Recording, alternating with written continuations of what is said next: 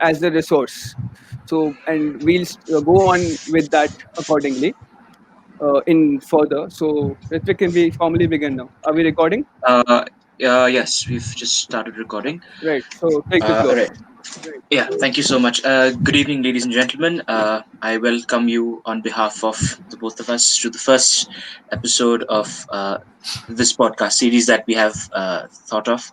We've named it Vartalap, as all three of you fine ladies and gentlemen have been made aware of, and we thank you from the bottom of our hearts for agreeing to be a part of this first episode that we have started today.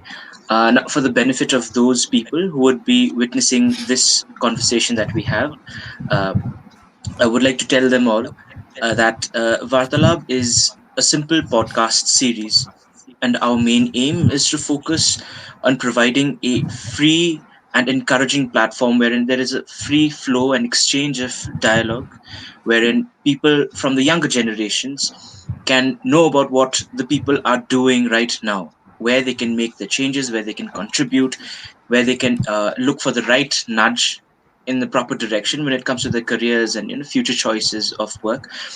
And for this, ladies and gentlemen, I would really thank you for giving us your time and making the efforts to be here. Ushnish is the co-founder here. He's the actual person who came up with the idea, picked me up, told me that he wants me to work with it, and here we are. Now, allow me to introduce to you our guests, ladies and gentlemen. First off, we have Abhinandan sir. Sir, good evening. For the benefit of the public, uh, Dr. Saikia, forgive me, is an assistant professor at the Tata Institute of Social Sciences in Guwahati, and he is associated with the Center of Ecology, Environment, and Sustainable Development at the institute itself. Now, Sir has made a lot of contributions when it comes to this particular field, and this is something. This particular field is something that is of extreme importance in our day and age. And Sir has also worked with the National Institute of Science, Technology, and Developmental Studies, uh, the Worldwide Fund for Nature, WWF India, for those who are more familiar with the acronym, and the United Nations Development Program, New Delhi. Now, Sir's thematic areas of interest are agroforestry, traditional knowledge system, common property resources, innovation, and theories of institutional change. Welcome, sir. Uh, and the second guest that we have here today, we have Miss Archana Sarang. Now, ladies and gentlemen, allow me to introduce her to you. Now, Archana here is a member of the United Nations Secretary General's Youth Advisory Group on Climate Change. This is something that has, made big waves in the news over the past few months, and that is not all she does. Now, the lady is also a research officer at Vasundhara in Orissa, and for those of you who are unaware of what Vasundhara is a action research and policy advocacy organization, and the organization is currently working on natural resource governance, conservation, sustainable livelihoods, and as such. Now, the organization has made a lot of contributions when it comes to changing the entire playing field in these sectors. And the third guest, ladies and gentlemen, that we have with us today is Mr. Anuj Agarwal. Uh, Now, Mr. Anuj Agarwal here is the founder and CEO of Extra Insights. This is a online journalism aggregator and a curator, collating in-depth, credible, and agenda-free journalism. To simplify these terms, it means that there is no bias when it comes to his articles and the other work that the gentleman puts out on his blog, so to call it. And he is also a co-owner of a sustainable fashion brand called Chokki Chori. Forgive me if I've pronounced the name wrong. And he is also involved in another initiative that's called Saving Kolkata's Freshwater. Now, this particular initiative deals in those unchecked, broken community taps and freshwater taps that you get in and around your societies and your housing areas. Now, a lot of these sources are left unchecked, which leads to a huge amount of loss when it comes to natural fresh water. So his current initiative is to fix these problems, make his contribution in that particular field, and the gentleman has till now fixed 19 such taps.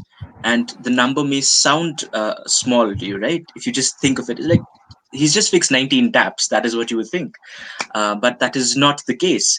In fact, these simple 19 taps that he has managed to fix has saved about 1.2 lakh liters of fresh water that is usable on an everyday basis. Now, that should be enough to tell you how important it is when it comes to the work that these three fine members perform in their day-to-day lives. Now, I shall be handing it back to Mr. Guha that we have here, the co-founder, and Mr. Guha, over to you. Right. So basically, the idea or the argument that I wanted to put forward here is that the idea struck me because during this pandemic, over the lockdown, I understood, I interacted virtually with children, with students, school and college. The concept that I could understand from the entire discussion was that they do not actually uh, like academics as such. There is a preconceived notion or a preset that academics cannot be fun or cannot be interesting. So my initial concept here was that to get some people uh, who are fun, but who can also teach and provide certain academic lessons in a relatively interesting and fun way, uh, to get that preconception over with, that academics and uh, this concept, these two concepts can actually be fun from both hands. The second concept that actually came to my mind, I have actually been part of various online communities during the lockdown, and I could actually understand that how there is a divide between uh, the what is colloquially what we call as mainstream versus what is non-mainstream. So the example that I would place is that during an interaction, somebody just told me that uh, topics like art or music cannot be termed as mainstream because they are not in academic and uh, they are academic, but they're not as focused upon, or they're not actually seen to be careers in which one safe careers or a typically Indian parent approved careers. So my concept was that I want one single platform where I can have both these uh, preconceptions to be dealt with, that we will make academics fun, and we will also get an examples of people who are doing independent careers in art or music or say youth and social media, so which are not uh, accepted as such, but it is the same because there is no there is a very virtual divide between what is mainstream and what is not. So coming back and focusing on today's particular session, uh, my argument or my the construction that I had in mind is that I want somebody from the academic background, and I had so to have somebody who can actually, uh, when we hear the term youth and when we hear the term aspirations or when we hear the term the work. So according to me, youth is the most significant resource that we have at hand in during these times of crisis. And I wanted somebody to set an example from the youth, that how, with respect to this topic, how that person has actually excelled and is an example for in multiple zones or divisions, and that is where Ms. Orang was the ideal example in terms of youth contributing directly. And the third thing is that when we have discussions, when we have different podcasts, we don't tend to understand that it is always important that a grassroots initiative has to be given the necessary focus in order for it to expand and diversify. We always talk about the macro level stuff, the policy level stuff, but the grassroots is equally as important as policies are or as the macro paradigms are.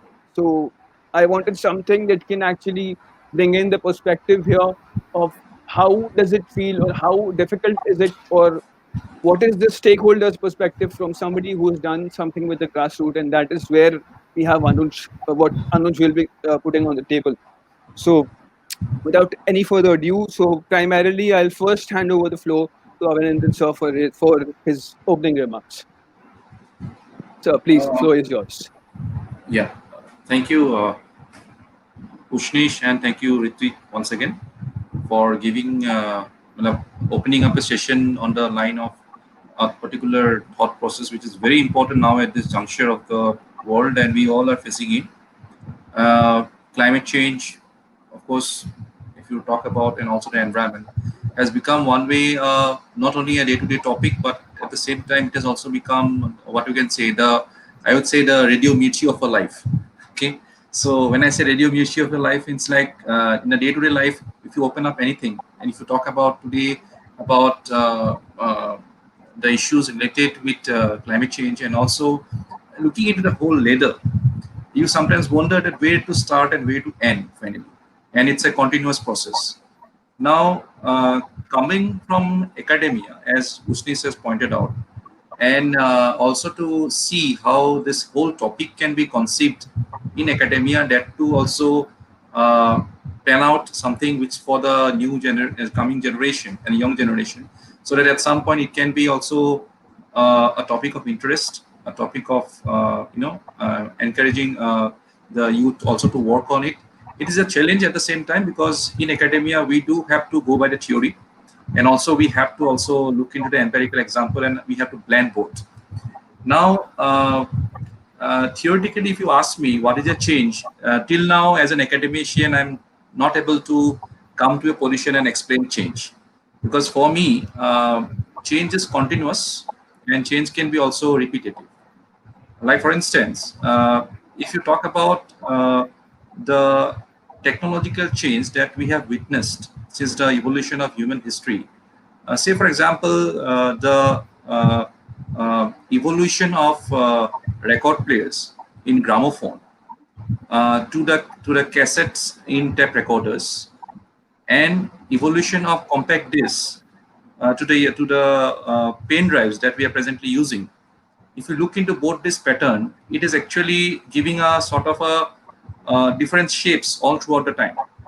But if you look into it, this whole patterns have been changing, and but there is also a regularity. One pattern is circular. Of course, if you talk about compact disc and record disc player you use in your gramophone, and one is about the cassettes and the pen drive. It's both linear, like it's a rectangle. Yeah. So maybe at some point, if you look into the human evolutionary perspective, the entirety that we talk about change happens in within these two shapes. Okay, and one is a linear, of course, we talk about it, and one is about the circularity. So when you talk about a change, and when you talk about climate and change issues, some of the things which has come overboard in the recent years are very concerning. Why? Because according to evolution, change is something which need to go on. We have to think, we have to adjust to the surrounding, and that's how the entire whole process of human history started with different civilization. But in 20th century, and of course by the time we arrive to 21st century, the change has become so rapid. Maybe at some point we have actually disturbed the natural laws by bringing certain, of course, medical breakthrough like vaccinations. Our population has started merging up more, and there was a demand of some resources, because we have to meet the demand of the ever increasing population. When I talk about population, I'm talking here about the human population, but that's at the same time, the rising of the human population has taken a toll on the population of other living species. Now, when you try to understand this context and try to see from the lens of ecosystem, the beauty about the concept of ecosystem is that it is about interrelationship and interaction between the living world and the non-living world.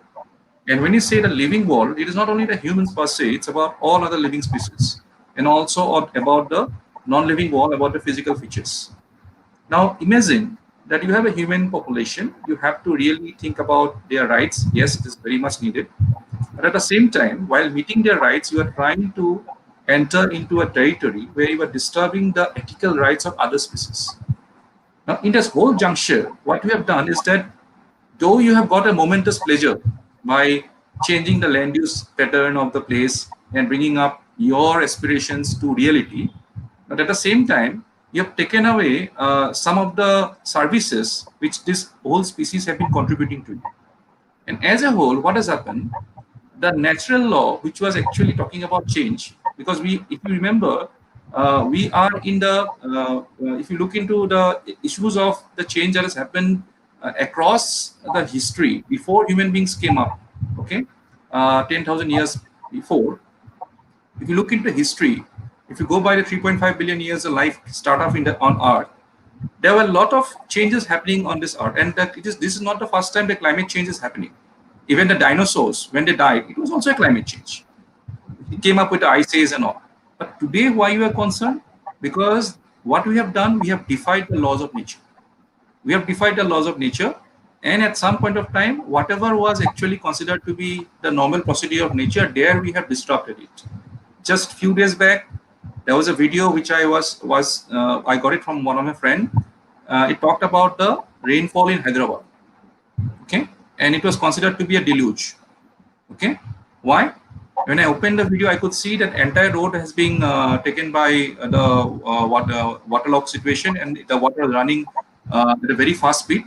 Even it was so fast that it can actually take a car from one end to the other. And it was not a very, I would say, not a, it's a disturbing scene altogether. Now, today, when I learned the case, why it has happened, it is not because of natural flows. Rainfall have been happening all throughout the period at some point of time, but never before Hyderabad has experienced this type of flood. The cause is what? If you try to investigate it, you can see that there are a lot of land use change pattern happening in Hyderabad in recent times. Many of the wetlands have been taken over by land use changes, and on its place the apartment has come back. So what has happened? The services which the nature was giving to you, you at some point, because of your anthropogenic pride, have taken over in such a way that, of course, you have got your flat, you have got your apartment, but at the same time, you have invited troubles which were not there in the history. So somewhere down the line, when you're planning for future, this is like an example for all of us, because we all are sitting here and we have to look forward. What planning we can do? Because if you talk about the COVID is actually, of course, has brought many of our lives, in a sense, to a limping state. But at the same time, it has also given us time to look back what we have done wrong in the past. Can we correct it? Or can we make some sort of an effort where we can actually think about certain shift in our thinking process?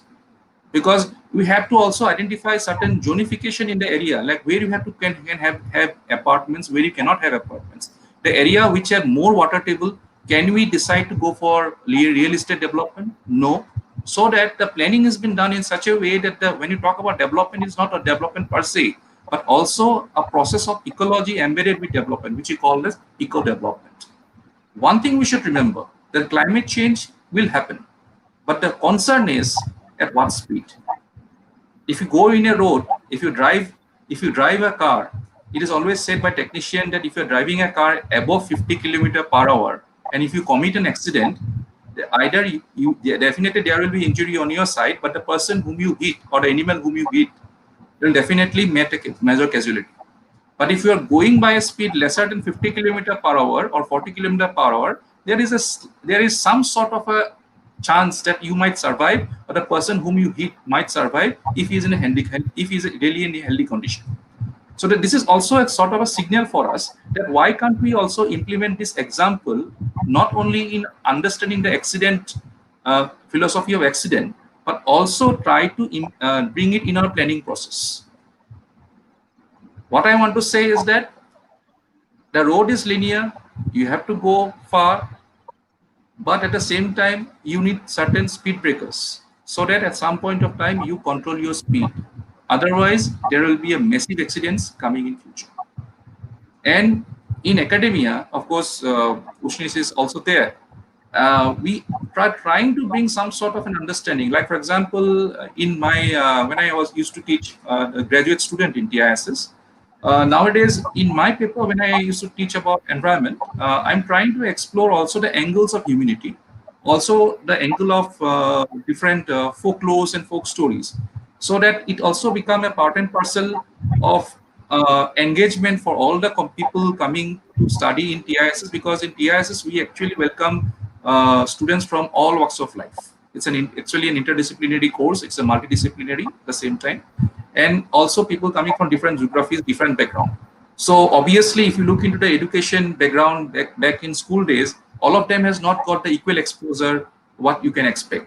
So keeping in mind the common thread, that is a narrative, that is a storytelling ability, certain experiments should also be done at some point from academia. And what I believe is that this is the chance in which academia should not be the academia which we talked in the past, but academia should also have a paradigm shift in the coming days, keeping in mind the field context, keeping in mind engaging the main the new next generation in different layers of it, so that the whole idea is to give a sort of a healthy representation. And every story has a message. Every story has a message. Like if you talk about any moral stories, any folk stories, it has a message. So how you can connect those stories with your understanding of the environment, because this is something which we need in order to reach to a wider public outreach. Okay, I think I will. Two of more speakers are there. I think Archana, Anuj have their part to say, and I think once we finish it, then we can have a discussion. Thank you.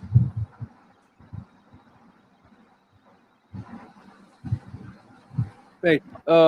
Right. So basically, to summarize what Sir said, uh, I primarily will focus on four keyword takeaways from this particular dimension of it. One being, in for the people who don't have a proper exposure, I would like to put it as the balance. We would call it the equilibrium of ecology, but I would put it that how, in a common man's term, it should be termed as the, we need to find the correct take of the balance between uh, humanism, between ecology, and how the mutual coexistence can be done by supplementing each other, not by exploiting each other.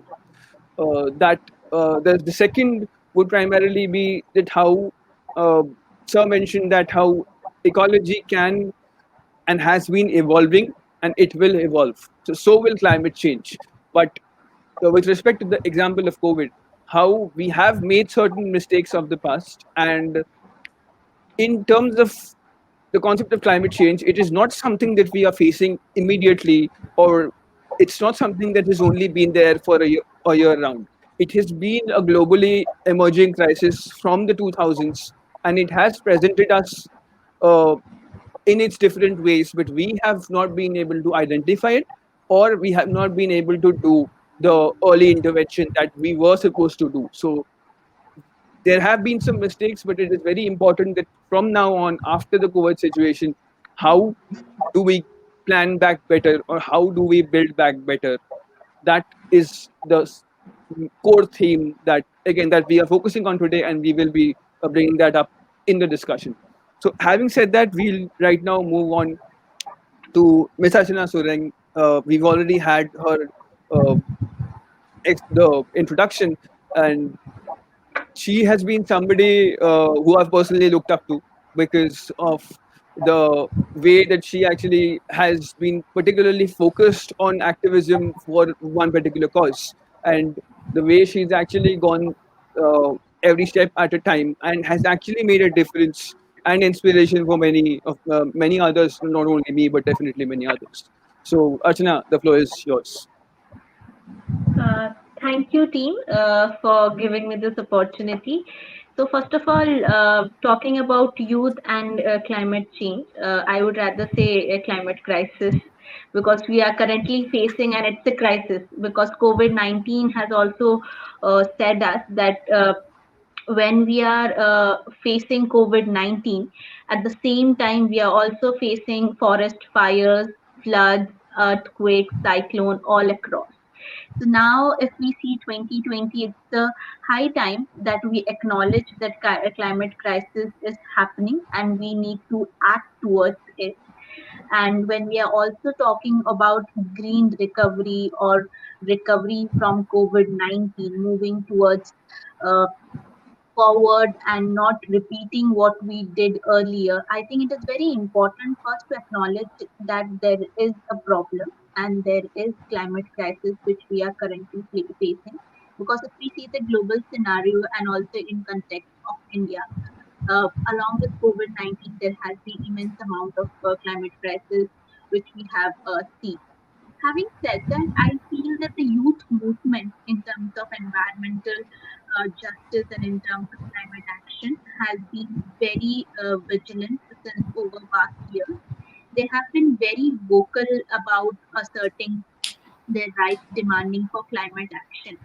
But however, I would say that it is very important that there is a safe spaces, enabling of safe spaces wherein the youth participation is encouraged or wherein the youth participation is enabled, because we cannot expect the youth to speak up for climate action or speak up against climate crisis when there is threat and when there is the voices are being curbed. So I feel as a society, it is very important that we create enabling spaces wherein youth can put across their voices.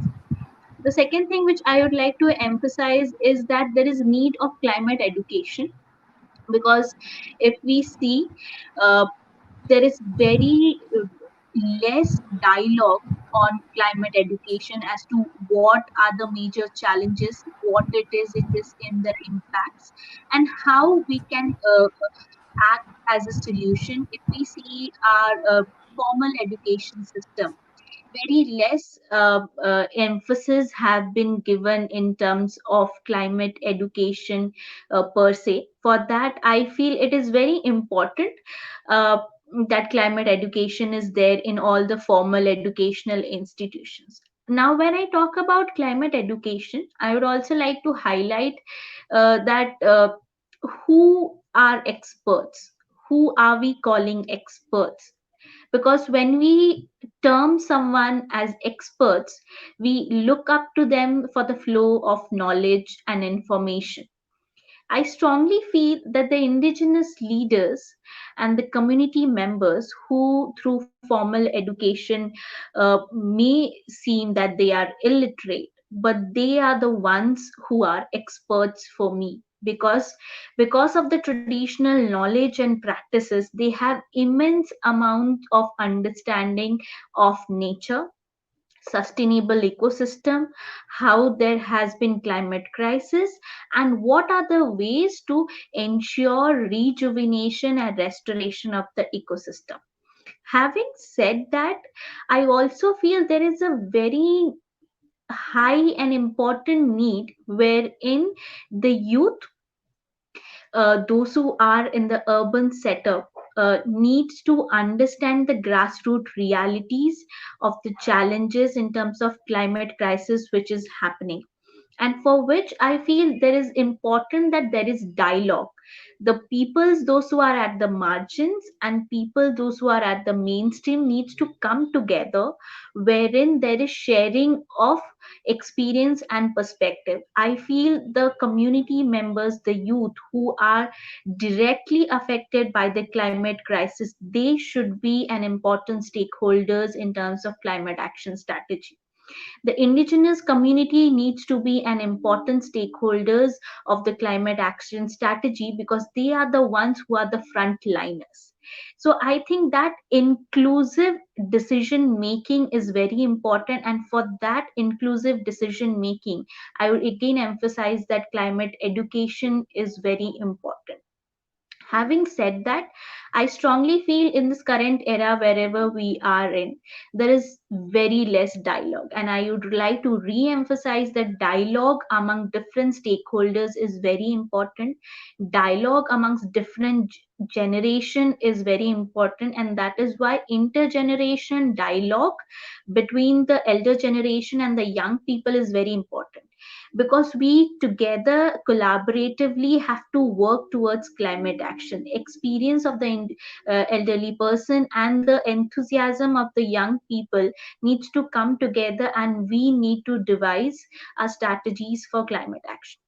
Third thing which I would like to emphasize here is that indigenous people have their traditional knowledge and practices and have been playing an important role in combating climate crisis, and are also an important stakeholders in terms of climate action. Now when I talk about indigenous people, if I see the major environmental problems which we are facing currently, like for example, if I take about plastic pollution, the indigenous communities have alternatives to plastic pollution. They are using leaf plates and making plates which are alternative to disposable plastic plates and glasses. They are making mats out of date leaves, which is alternative to again uh, plastic carpets and used decoratory items used in the city areas. They are also making chairs and tables out of grass, like for example here in Mayurbhanj district. And also giving an example of how vegetables like pumpkins and bottle gourds are used by the indigenous communities as water bottles. So like the internal pulp is used as vegetables, but the outer crust after drying is used as water bottles. So if I see these, there are many such pollution which needs to be recognized and identified, and there has to be institution by the government machineries wherein these are promoted. When we talk about green jobs or when we talk about green economy, these are which needs to be emphasized along with the forest based livelihood. And also another thing which I would like to emphasize also is that when we are talking about problems like water scarcity, and when we are talking problems of land degradation, when we are talking problems of forest fires, the community members have their own community forest management, community forest protection committees, wherein together village wise they are going to protect forest, they are going to patrol forest. And in order of that, they have specific youth forest protection committees, they have specific women led protection committees who have been every day going and protecting the forest. And as a result, they have also been fighting against the timber mafias, the developmental projects, who are trying to access the land and forests of the community members. As a result, because of forest protection, there has been water rejuvenation. Like for example, if I can give an example, here in Niger district of Odisha, in 1970s and in 1980s, there was a lot of timber mafias who were felling and cutting the trees, leading to deforestation. And at that time, because of deforestation, there was a lot of biodiversity loss, and people did not even have water to drink because of so much deforestation and loss of biodiversity. And when there was rains happening, so the rain you when there was rains, the water used to go in the barren land, that is the barren forest areas. And because there was no trees at that time, the soil depository used to come into the agriculture areas. So the biodiversity loss also affected the livelihood of the communities. Now if I see today, 2020, after 40 to 50 years of forest protection, now the forest cover has been rejuvenated. There are a lot of water streams which have come up in the areas. And now, whenever there is water, there is rainwater harvesting done by the people, and there is no longer soil erosion and soil sand depository in the agriculture land. So, if we see that, we talk about water scarcity, but we also need to talk about water security. Where is the water coming from? The groundwater rejuvenation is happening from forest protection and taking care of the forest. And the community members are also going to are also making sure that specifically during summers, the committee members are going for forest patrolling and ensuring that there is no fire. What are they doing? They're taking sickles and making lines on the dried leaves, so that whenever if there is fire, the fire does not catches across the area, rather those lines will prevent from the fire spreading. Even if by any causes the fire is lit, the entire village is going and protecting or ensuring that the forest fire is being turned down. So these efforts which the community members are doing, not because they are doing as a climate action strategy, but this is their way of living. This is how the indigenous communities have been living over the ages, because for them forest and nature is not a commodity or commercial commodity as others see. It is for them their life and identity. And that is why I feel that the if I give the example of COVID-19 also, when I was interacting with one of the community leaders, she said that we are deeply pained to see our community members who are deeply affected because of COVID-19, those who had gone for cities for different reasons. We are here in the village are protected because the forest has provided us food and security. Which also says that when we talk about sustainable development, right, what is sustainable for a development for the community members, for them, which the community leader was saying is that the forest provided them food and shelter in terms of the COVID-19 situation, where everyone was struggling to have food also. So it is very important that all the developmental policies or all the climate action policies which are being made is made by taking free, prior and informed consent of the people. At the same time, it is also made by them, taking them into participation, because they know their ecosystem very well. I would like to end by my last example is that there is a very much perception amongst people that if you plant trees, the entire climate crisis problem is going to solve. I would just like to emphasize that planting of trees is only just one aspect of it. And moreover, in the current era, what is happening, that planting of trees under compensatory afforestation is also very problematic, because these plantations are being done as per the implementation, as per the research and interaction with the community members. The trees which are not suitable for the areas are being pushed for plantation once, which is very much threat to the diversity and ecological perspective in the area. Second thing is key, because it is again imposition of plantation, it is a major problem. And also the third thing is that after plantation there is restriction of the community members to go and access those forests. That is also a problem. And having said that, where are these plants planted? There have been cases wherein these plants are being planted in the agriculture lands of the community members, which is again a problem, because in the agriculture land is the source of livelihood. So policies and implementation, there is a huge gap. Like for example, when I interacted with a community member, he said that there had been people who had come for plantation drive, but we resisted. So I said, why did you resist? So they said they had brought a jackfruit tree, and they had brought mango tree for the plantation. So I said, it was good, it was fruit tree, right? Why did you say, or why did you say no to those plantation? And then the community leaders said that if we plant jackfruit and a mango tree in our village periphery, then the wild animals will come and destroy all our agriculture crops. And that is why we don't want this fruit trees to be in the periphery of a village. Rather, we would like sal tree and siali trees. So the thing again, the perspective matters a lot, and that is why free, prior, and informed consent is important whenever we are talking about climate action strategy or policies. Thank you.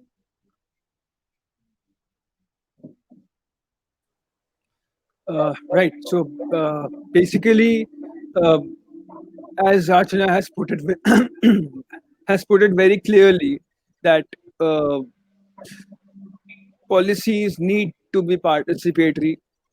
The and the very beginning that she mentioned, youth is a stakeholder, and I would just like to point that in her address that she has given to the General Assembly this year, a few days back, she has put forward this very concrete stance, or a very uh, uh, necessary stance at this point, that youth has to be a stakeholder in the policy or the implementation or the cause itself. It is the youth who can actually take it forward in the future.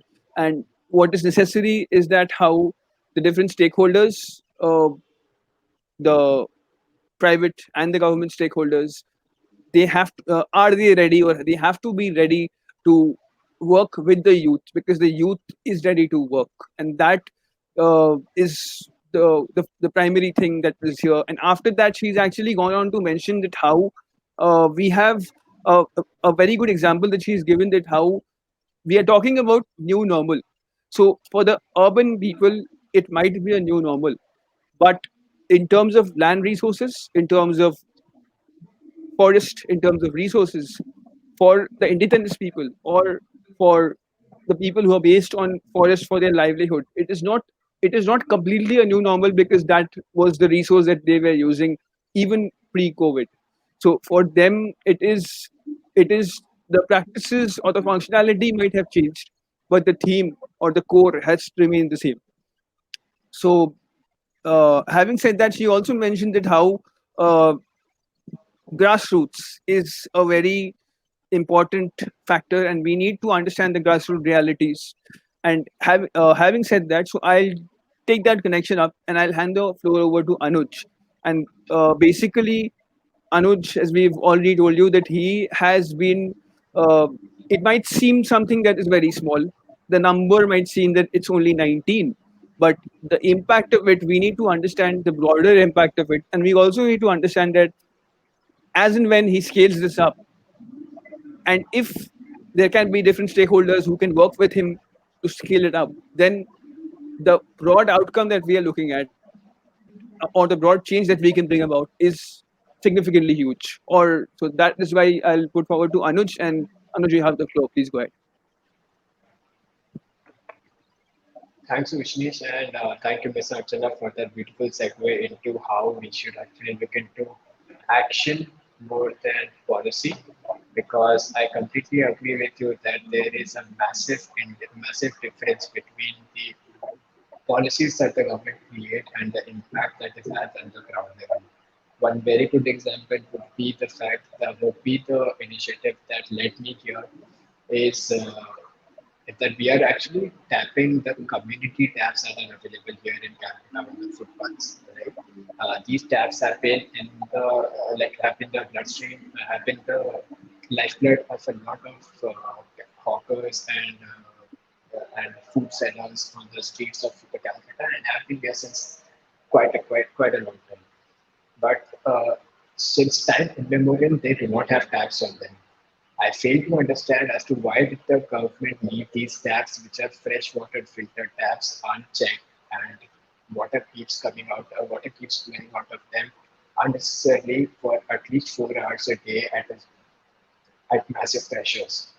A lot of people have a misconception that these taps are there to divert high tide in the Hooghly, or to divert or to take water away from some high flooded regions and not let Calcutta flood.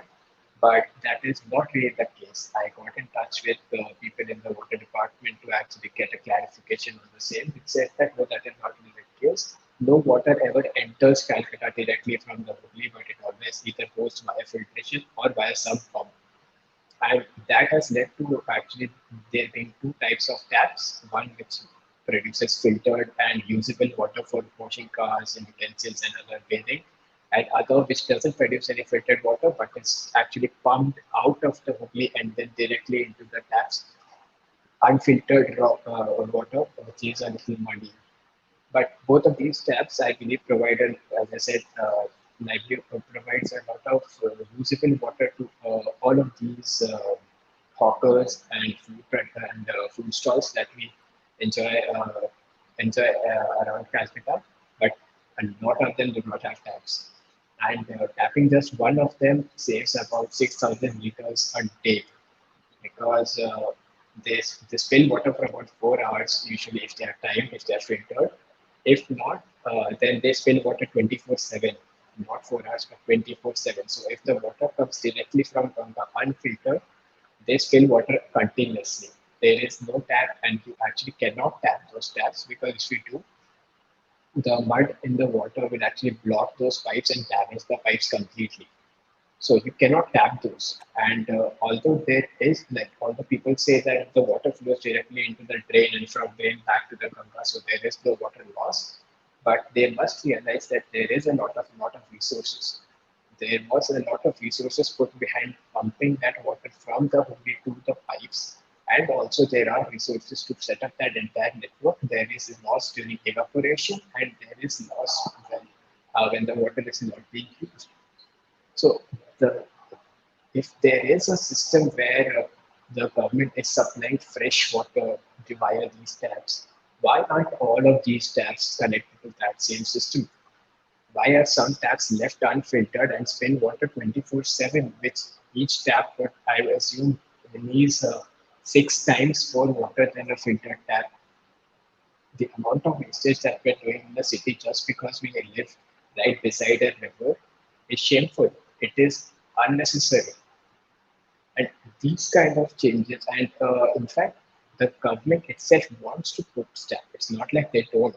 While I was talking to the representative at the water department, I found out that the government of Calcutta has, government of West Bengal has a mission to tap these water taps on their website, and they know that this is an issue. But the representative was clear telling me that he tried tapping, but the taps get stolen or something or other happens, and we don't want to tap them. But that leads to about, like, I tap just 19, and that saves a lakh and meter a day. Imagine what the government can do with the resources that they have. But this inaction from the government due to reasons unknown is what we need to change, is what we need to raise our voice against. No, as I said, there is a massive gap between policy and action. The policy we usually see trickles from top to bottom. That, I think, is the wrong approach. We need to go, as Ms. Archana said, from the bottom to the up. We need to first understand the geology and also the needs of a particular society, the requirements of the people of a particular area, and then form policies accordingly. We cannot have a blanket policy for the entire nation, especially for a nation like India, which is so huge and diverse, and also ecologically diverse, not just socially. The, Therefore, we need individual and very small ecology committees to be set up to actually understand the need for each area, and then voice their opinions, and then have a collective goal at the top of the pyramid to transfer those resources to make a change at the grassroots level. When it comes to action, because that is the reason I have been put on this panel, that I actually acted and I wasn't just that I walked my talk, I would say that the youth is taking action now. I'm glad that I am part of a group where I have a lot of friends who are actually working or have a entrepreneurship set up, or their social enterprises working towards nature. There are uh, there are about 5 6 businesses which I know who are doing fantastic jobs either in the field of waste management or solar cells or water preservation, and a lot of them have made this their bread and butter, because they see that this is one of the massive needs that we have to solve and that we have to overcome, not just to fulfill the customer's need, but also to survive and survive not just in the short run but in the long run, because not everyone will get a chance to go to Mars. It will be only the best of the richest which might actually get an opportunity or a moonshot to go to that far distant red planet, but the others still have to make a living here at the Earth. And for them, this is the only place that they can call home. And unless we start taking action, unless we start doing things at the minimum level that we can, there wouldn't be an Earth to call home. So action, I believe is the key right now. Yes, dialogue, policy, and everything needs to come in, but these things take time, and these things take a lot of collective action. But action individually can make a lot of differences. Just a small action like not throwing a chocolate wrapper while you're outside and better keeping it in the car, or having a small bin in the car, that could make a huge difference because sorry, that could make a huge difference. Uh, I have often been perplexed to seeing the amount of wastage and the amount of pollution that is there in India. I was lucky to have gotten an opportunity to go out and visit Europe last year, where I was I was pleasantly surprised to see such cleanliness and such preservation for the environment, such strict laws, and such beautiful climate and atmosphere to experience. And when we come back down to India, you don't start looking you start looking down towards your own country. See, feeling that why is my country not so good? Why aren't we at the same level as they are? What can be the issues? And then that is when you start actually seeing the issues that is happening. One of the biggest ones that I saw was the fact that construction for a developing nation like India is immensely important. We cannot stop constructing because the demand is so high. But we need to realize that construction also needs to be done sustainably. There have to be boundaries around the constructing area so that the dust doesn't fly up. One of the biggest reasons that my parents or elders have always told me that why India is so polluted is because it's a dusty country. Like the reason it is dusty is not because we have a desert in one part of the country, but because there is a lot of construction around and there is hardly any green coverage to cover that area. So why don't we construct with boundaries or with cloth around the constructed area as they do in the other countries? It is just because the cost of construction will become too high, and we as a developing nation place development over preservation. I do not see that to be the uh, ideology with which we should proceed. Because if we start doing that, we will never be able to preserve what we have. India is one of the most diverse ecologically and a country with the most rich traditions when it comes to ecology. We are one of those civilizations where people used to worship nature, not just in one religion, but in many across almost all religions that we have. And these are traditions that have been passed on to us, but because of massive urbanization, we are getting disconnected with the nature, and because of that disconnect, we hardly get to see the damages that we are doing. It is only in some parts of the city, for example, Hyderabad, where we get to see the where we get to see the chaos that nature can bring to a place which has been damaged. And I believe unless and until we get to see and we get back in touch with nature, it will be really difficult for us to take that action. So taking action is the key here. We need to start taking action immediately, even on an individual scale. I really don't see why we always have to wait for a collective to come in and to make it a group effort. Any individual can start, and they should start now. Secondly, uh, there needs to be some collaboration between the policy and the action. The policies need to be developed from the ground up and not up to down because there cannot be blanket policies. Thirdly, we need to identify the different needs for different areas and we need to come up with different policies for different places. Fourth, the traditions that we are passing on, let's look at them what they are and how nature plays an important role in these traditions. Try to link the traditions back to the nature and you'll understand the reason why they are being passed on, usually in a natural environment. And try to live up to them, if not religiously, at least to save the nature and preserve the environment. Thank you.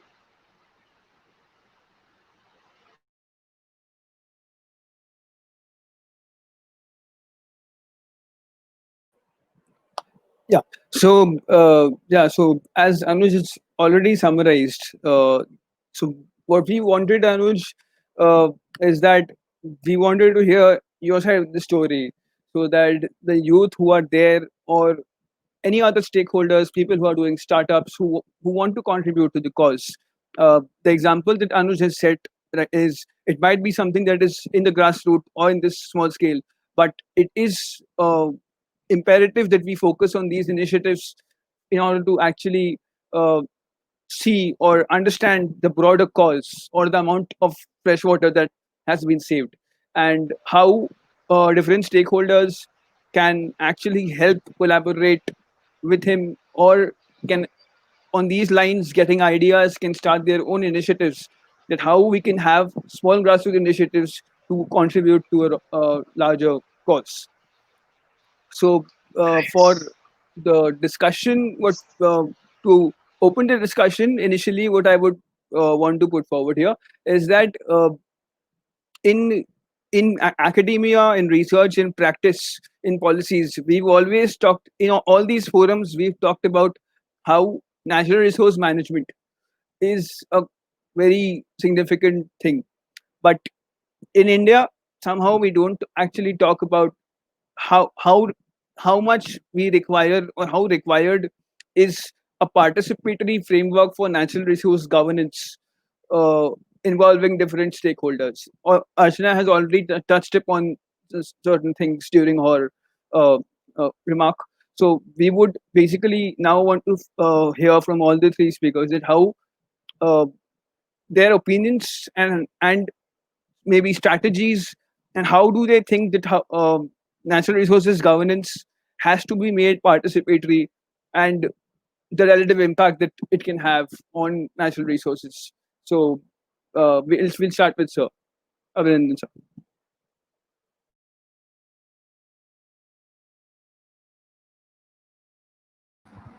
Is it audible now? Osnes, is it audible? Yeah, Can you hear my yes, sir. voice? Audible, sir. Yeah. Okay, fine. Okay. See, when it comes to the issue of governance, I was following the of also my fellow speakers' point. Actually, it is not a very straight way planning process, because if you talk about natural resources, say for example we talk about grassroots, say for example we talk about traditional ecological knowledge, at the same time we also talk about mainstream society. So when it comes to the issue of governance, it's a multi-layered concept, number one. And secondly, natural resources, if you talk about in terms of the understanding of natural resources in an urban ecology and in terms of rural ecology, the dynamics again become different. Okay. So keeping that in mind, like one can think, like in a sense, for example, one way, if every place, yeah, especially I'm trying to concentrate on rural areas, if every place can have a resource mapping, and it, suppose for example, somebody, if I'm tomorrow going visiting a place and I want to know about the village profile, many a times what happen, we are only confined to the socio-economic profile, like for example, the education, the gender ratio, the population, household, and all. But when it comes to the natural resource mapping, it is again a Herculean task to go for it. Like for example, Anush talked about policies and the difference between the practical implementation. So did Archana. But when it comes to legal provisions, like we have Statutory Act of Biodiversity, Biodiversity Act of 2002. Though we had it, but there was also provision of People's Biodiversity Register, which was a very one way, a very important sort of a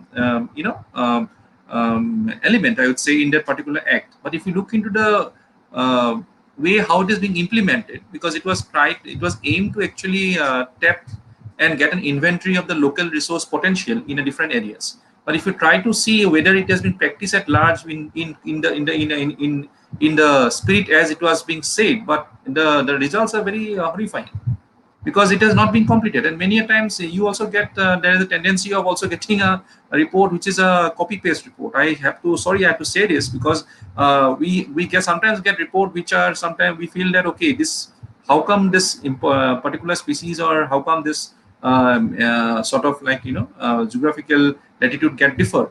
That when you try to look into Google, we say there are some reports already available. So many a times what happened, this attitude of this copy paste should actually go out of our society, number one, because one size fits all concept, it's again a sort of a problematic issue. We have seen it in a practical implementation. So did copy paste.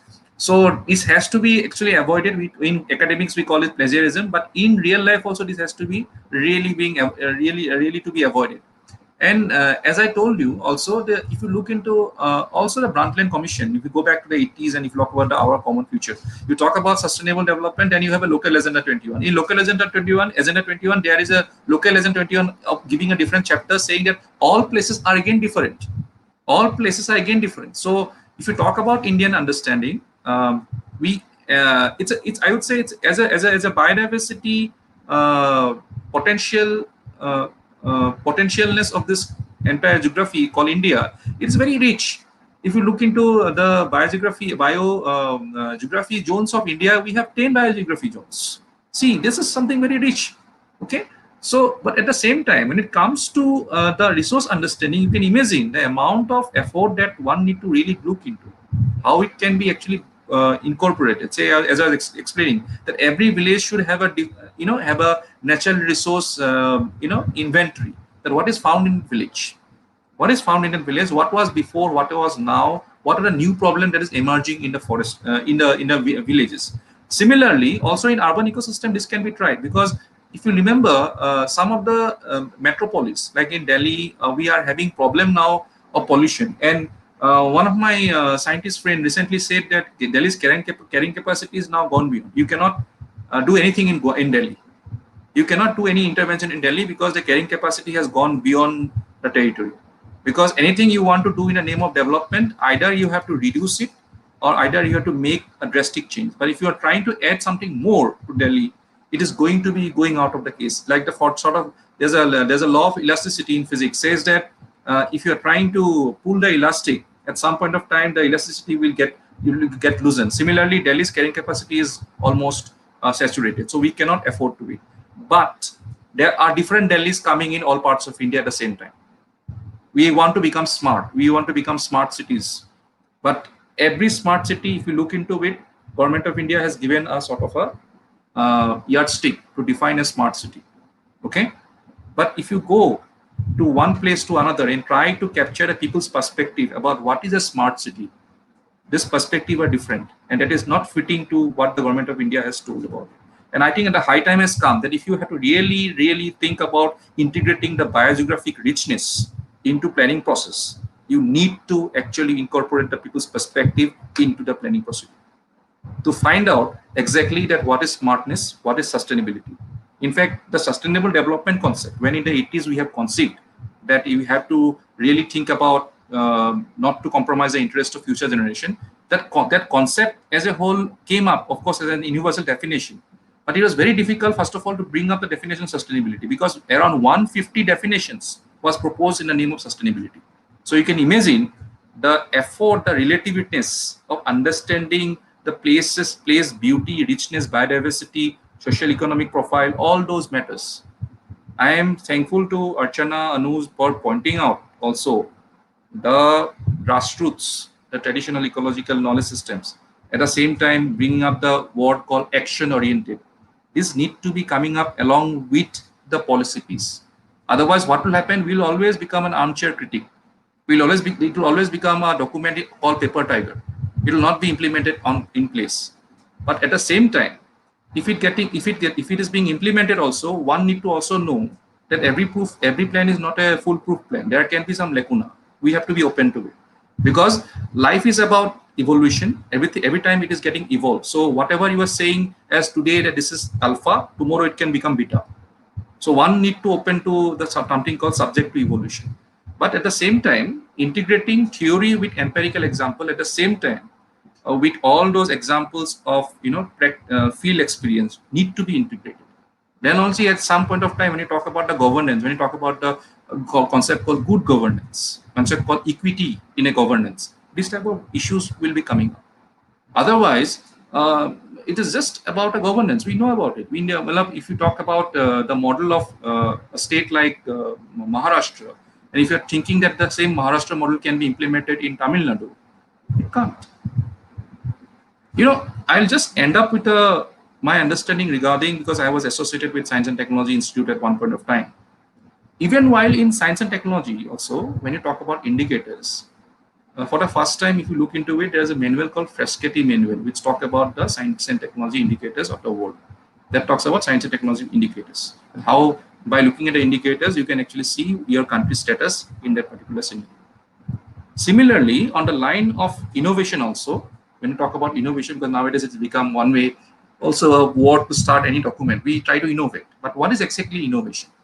So in innovation also, when you talk about a change or when you talk about change for good, say for instance, uh, there was something called a manual called Oslo Manual, okay, which gives you some indicators that, okay, these are some indicators of innovation which we can see in every country, whether what is the position, are they following it or not. Interestingly, the Oslo Manual has to undergo an amendment from its the day when from its origin to the present format. And this amendment was brought where when this whole manual was discussed in a place called Bogota in Latin America. Why? Because this manual talks about certain standards where some of the standards are not feasible in country like in South America, like in equatorial region, like in Asia. So we need because some of the social parameters are totally different. So Bogota Manual brought a particular change of social parameters, ecological parameters into entire understanding of innovation, and now we have an Oslo Manual amended with the inputs of Bogota Manual. So I think its policy is good as long as it is connected with the ground. But if the ground touch is not there in the policy, it will just remain as a paper tiger. That's my understanding about it. I think our next two speakers will have to add more on it.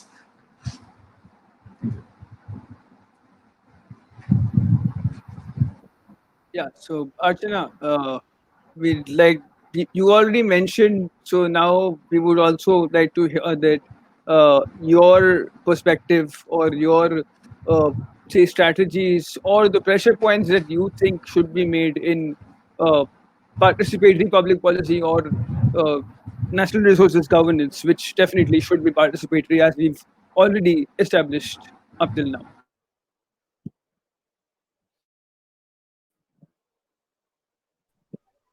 Yeah, one thing which I would like to emphasize is that when we are talking about natural resource governance, I would like to take back to the topic of what we are talking today. We are talking about youth today, and youth to know about natural resource governance and to assert and demand for implementation of natural resource governance. First of all, it is important to understand what do we mean by natural resource governance, right?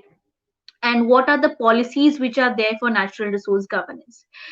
For that matter, I feel the accessibility of the information is very important, wherein again I would like to bring the narrative of climate education, wherein I would like to emphasize on awareness and information and education about what is natural resource governance, so that the youth are aware about it. And when I say youth should be aware about it, this entire narrative and concept has to be also talked about, deliberated about in different languages, so that there is accessibility. This is one of the thing which is very important, so that we make the youth more and more aware about what is natural resource governance, what is the institutions, what are the policies related to it, so that in future or currently we are being advocates and emphasizing on natural resource governance, and then coming down to it, participatory natural governance models and people's participator. It is only when we are aware about it, it's only when we know about it. So more and more dialogue is important. Second thing which I would like to say is, since I'm working here in tribal areas with the indigenous communities, and from being the indigenous communities, I feel uh, acts like Forest Rights Act 2006 and PESA Act, panchayati extension acts which are there already, they have mentioned an illustration about natural resource governance. And when I talk about Forest Rights Act, it has explicitly mentioned about it and also has provision for it. So I feel when we are talking about, ensuring participatory natural resource governance and enabling people's participation, I think these implementation of these laws are very important. And on those lens, I feel if we see, there are immense amount of laws and policies, but what is important is implementation of these policies are very important. And for that matter, I also feel it is very important that when we are asking or demanding for implementations, it is also important that we show evidence of implementation, wherein the good practices of implementation has led to environmental or ecosystem rejuvenation. Because at this current contemporary era, wherein that, no one tries to agree with you or believes with you, if there is evidence, so I think documentation then comes into role. And that is why I also emphasize on documentation and preservation of traditional knowledge and practices. So it is ultimately, if I sum up, there has to be implementation of the existing policies and laws pertaining to natural resource governance. There has to be more dialogue and information amongst youth about the natural resource governance for them to assert for it and demand for it. And third thing which I feel is there is a need to merge natural resource governance as a concept and also as practicability or on ground practice, asserting for its more and more enforcement of it. Right. Thank you so much, Archana. She's. I hope that for the people who are listening, she's made it very clear, and she's kept it as simple as possible.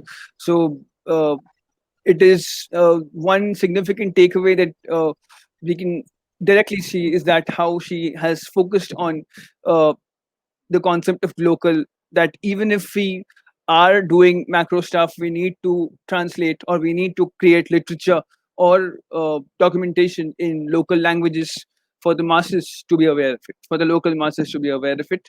And the rest of it, she's actually put it in a very simple format. So I will not further go into it. So Anuj, if you have anything to add on to this, floor is yours.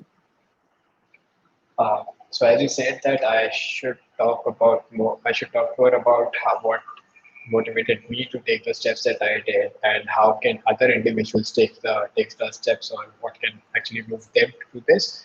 I think everyone should actually start looking at their own, like start really small, because small steps are easier to take rather than the big missions that we create whenever we write policy or whenever we write some movements or documents. So I would really want everyone to start small and look at only four factors near them: earth, water, air, and life. Now, when I say these four, what they can do is they can make sure that at least in their own sphere of life, at least whatever actions that they do, they try to preserve these four as much as possible. They try to preserve water, they try to keep the air clean, they try to not litter the earth, so that they try not to uh, instill in the earth anything that should not naturally be there.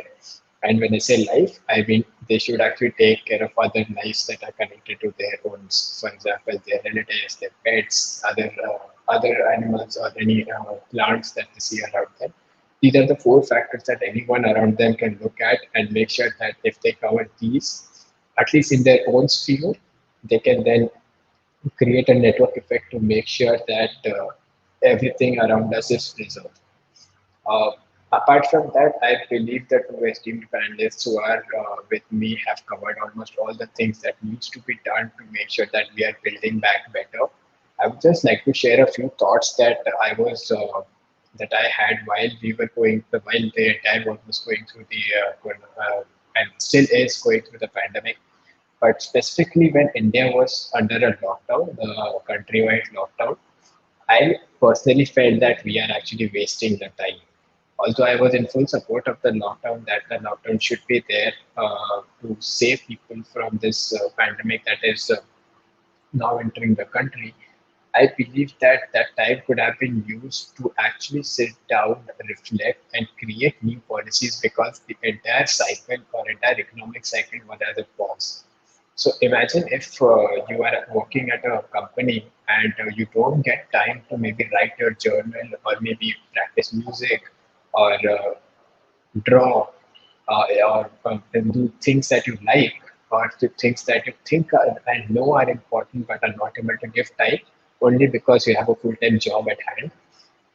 That is what the pandemic gave us an opportunity to move away from the full-time job for a time, for some time and focus on the things that we like to do.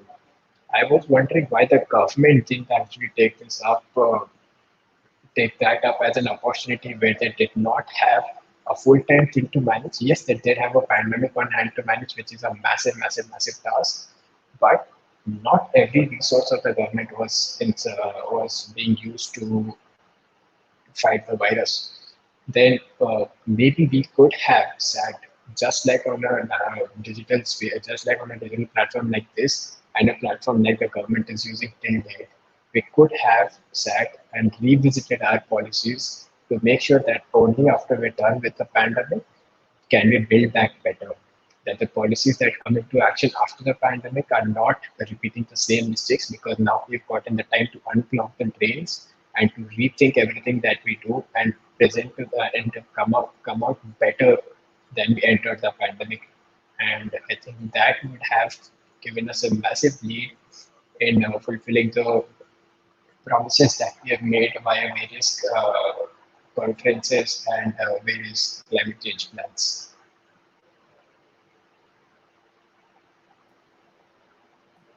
Yeah. Okay. So, thank you so much, everyone. All the three of you.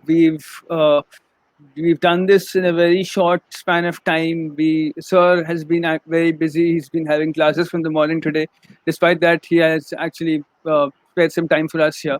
Archana, she's extremely busy right now because of the multiple things, and most definitely we are hoping and we're looking forward that the advocacy that she's doing, she will be doing it forward into the as in the UN, the COP26, or whichever platform she gets in future, and that will definitely be something that is very and a learning experience for us and definitely for the people who will be watching this. Anuj also, he's come in as in a very short notice. I haven't been in touch with Anuj for a long while.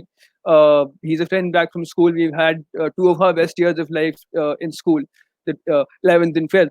But again, so bringing Anuj back, it just came into being that I came across this, and when I went and I read and I saw what had happened, so he was a perfect fit when it came to grassroots and this particular topic that we were looking at.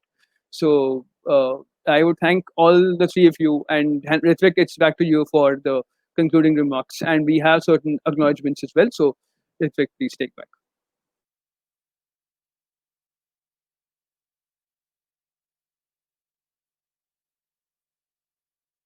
Ritvik, you're not audible. Yeah, yeah, yeah. Is it better now? Hello? All right. I'm so sorry. Um, Once again, I would like to thank all three of you for joining us on this panel today. And on this particular note, a few questions have popped out in my mind throughout the duration of our discussion here. And some of the questions may sound a little silly because I've oversimplified them, because of the fact that we aim to impact a group of people who are much younger to us and who are much more impressionable. So that and the reason why I have oversimplified everything is because of the fact that sometimes bringing it down to a lower level, they can understand better. And saying that, the first question that I would like to put forward to all three of you, this actually stemmed from what Hoyke sir had just talked about, him being a teacher. Sir, you've been a teacher for a while now, and you've taught young, impressionable minds. I would like to start from here. Sir, do you see this? This may sound a little rough, but the fact that you've taught so many children over these years, and do you see the impact of studying about environment and ecology actually taking root in the minds of all of the people that you've taught, or even most of them, and there is a contention that most people look at things like environmental papers as just a simple paper where you need a passing grade, or a paper where you do not have to, put your life and limb at risk for. So, sir, what would you say? Has it made an actual impact on the children?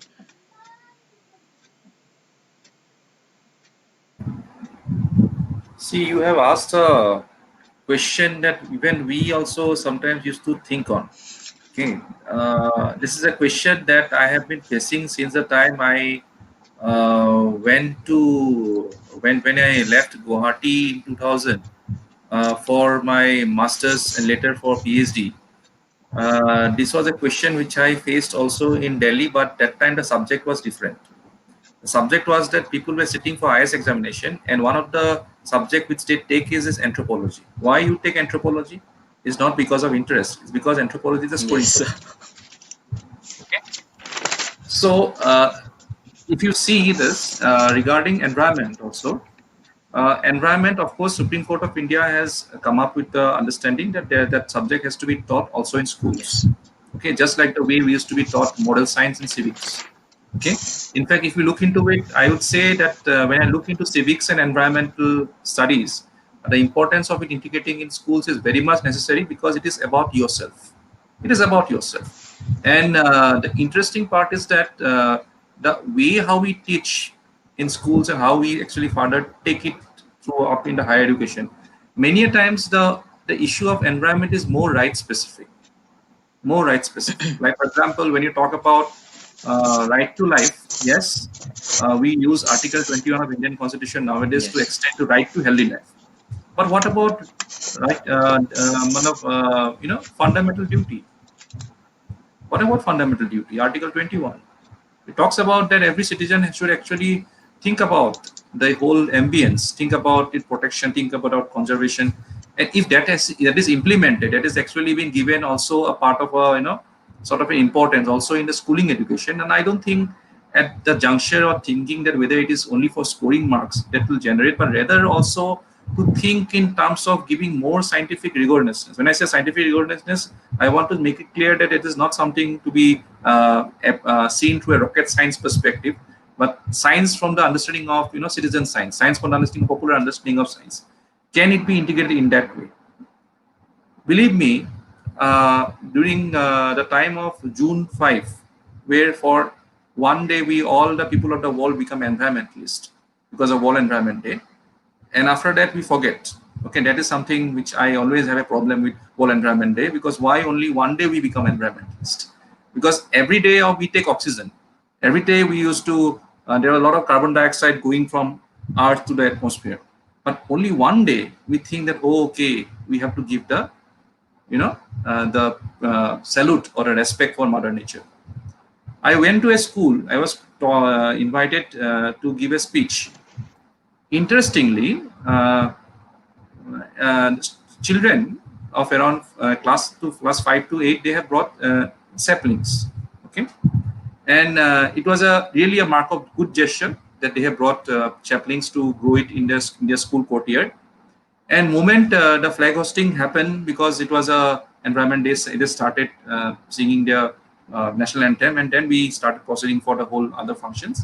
So they went from here. They keep on moving from one place to another, and the concerned teacher told that you kindly put all your plants and dig it in that place. So now there is a concern. The problem is that they started growing the plant one after the other, and I was looking into it, I was smiling, and at some point the teacher got attention of my smile and said, "Why you are smiling?" Then I told, "Let's see, the way they are putting the plant is fine. I like the gesture, but I can guarantee that within a week or a month, no plant will be surviving." So many a times what happened, we think as if that's just like like you said, no, just like IRM garam, like just keep it short with you and go for it, so that it becomes a part of the time that you create a CV of yourself. At some point, are you have you, like we ask a question, no, are you computer literate? We said yes. So similarly, do you know about the environment? Do you have any awareness about the environment? Yes. So it becomes a part and parcel of the CV. But we are forgetting something, that now entire discourse, thanks to the corona here, people might like it or not like it, but thanks to the corona here, even though it is a zoonotic viral disease, man-made disease, I would say so, but it has given us some space, given us some understanding that look, whatever you have done in the name of anthropogenic pride, it is enough. And now, at some point of time, the natural laws at some point will coming up in a bigger way or the other. Added to it, let us also not forget that the planet Earth is a planet. It's a planet actually. It do not have its own light. We used to get light from the sun. We always forget when I talk about any other right specific issue. We always forget that we are just a small dust in the entire cosmos. We are a small dust speck in the entire cosmos, and every particular planet has its own life cycle. Almost 50% of the life cycle of our planet Earth is gone now. If I would have manifested the planet Earth as a human form, I would say that the position of the planet Earth as a human is actually in a hospital which is under the intensive care unit, under ventilation. It's under ventilation actually. And now at this juncture, we want to talk about economic growth. We want to start the turbine as it was before. Okay, we want to bring some sort of rapid changes, but rapid changes, the word rapid is good, but thing is that what is the nature of the rapidness? Rapidness towards what?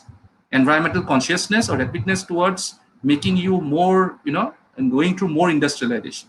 There where we have to think it, because if you go by the second option, then this time it is a chance that is giving you some chance to think about certain perspective that you can bring it in your policy also.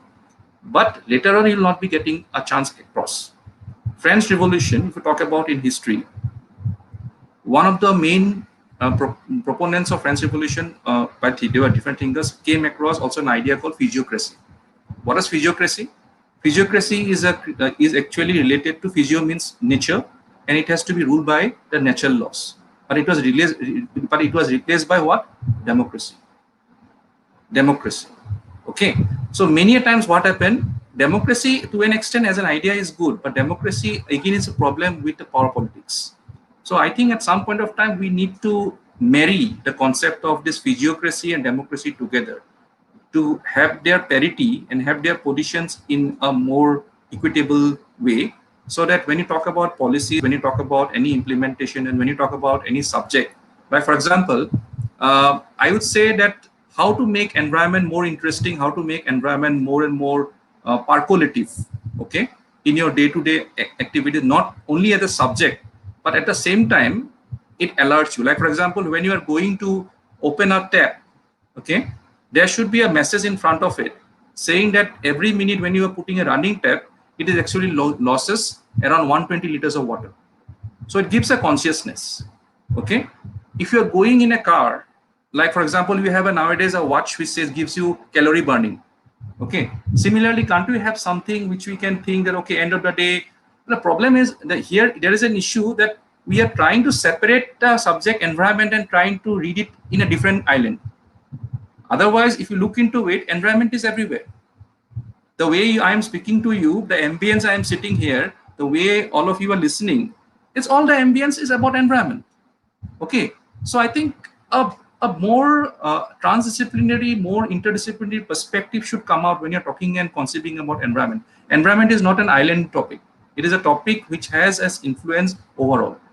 Your socio-economic dimension, your entire integrity of yourself is determined by environment. Because end of the day, if you talk about the youth, we are talking about the youth, we're talking about, but at the same time, we have something called zero hunger, the goal number 2 of sustainable development. So we have to also think about feeding them with right nutrition. Right nutrition. Today, the world is also worried because the main granary stock is under problem. Because many of the cereal crops are undergoing changes, they are actually trying to come up with production which is not normal. It is becoming abnormal. So in that scenario, when you are giving a particular plate to a coming generation, are you giving a nutritious food to a coming generation? Because end of the day, the youth has to be strong mentally, physically. Okay, so are we also thinking about that? It is also Yes, about the genetic manipulation and mutation of crops. yes, but there is a concern. There's also a hope saying that okay, maybe the crop might change, But again, the Yes, problem is that the crop will change provided there is less human intervention. But if you see the today's condition, you can find a new discovery of a species in Arunachal Pradesh, in Indonesia, but not in the market of Delhi or in Guwahati. That means what? For even for new species to evolve, also you need certain sort of a space. So where is that space for evolution? precisely, These are some sort of precisely. questions that can do, and it's a very complex. I'm telling you, it's not that simple that people are taking it for granted. Their environment is of course, a concept we need to be aware about it. Environment is about ourselves. How we exactly make our things more better. When you say better, better means in what way? That's again a Yes, question. sir. Yes, Okay. sir. Thank you, sir. Sir, at this point, there is another question that pops up, and here I would like to have. Hello, Uh, Ritik. yes, Ushnish. Yeah, Ritik, actually, Archana has All lost her right. internet. There's some internet Okay. issues. So I think we will be continuing. And the questions for her, we'll put it to her Of through course, mail of and course. she will reply Yeah, we'll accordingly. incorporate And it. we can To the take that. viewers, you will not Yeah. lose out on the opinions of another individual that has been here on this panel. As you've just heard, Ushnish telling us that we will be forwarding the questions to Miss Soreng via email. She will reply, and we will put up her replies in the video. There will be no loss of information here, and that is a guarantee. Now, again, I would like to ask Mr. Anuj and Hoikia sir this one question. When it comes to education of our youth and the inculcation of environmental, ecological fear of thoughts and ideas and concerns in their mind. So this is an idea that me and a group of my friends have been speculating about the reforms with regards to education. Um, is it a problem that at least we see it as a problem, but is it is it an actually extremely dangerous problem that most of the people who are involved with environmental change and the work when it comes to environment and ecological protection, is it a huge problem that they have hardly any contact with nature and ecology in itself? Most of them are just armchair critics, like Hoikesa, you had just said a while ago. And most of them, just like what you said, sir, with regards to the World Environmental Day, they just turn up with a sapling in their hands, plant it, and then they forget. And that is the end of it. So, sir, when it comes to education, is it a good idea to think about something along the lines of introducing a segment of education where children are put into more contact with methods of agriculture, water conservation on a more practical level? Yeah, I would really like both of you gentlemen to give me your thoughts. Not just theoretical study of this particular phenomenon, but the actual on ground practical implementation of it. Get your hands dirty, get down in the mud, feel the soil with your own hands first of all, and then you talk about environment and ecology. What do you say? Can we have Mr. Anuj first on this? Yeah, thank you.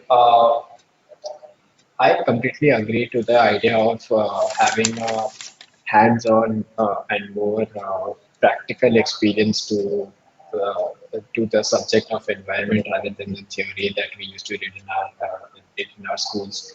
In fact, if I'm not wrong, it was I read somewhere that Sweden or Finland, as the nation, made it compulsory for schools to have a period, or as we call it, period as we call it, where where students are taught how to conduct agriculture. Like they have a separate section or a separate area outside of the school where students can go on and actually plant saplings, take care of it, see them grow throughout their life of the school, life of education, and they actually get to be in touch with the nature and understand it before they actually grow up and go on to make policies for the same. Compare that to what we have here in India.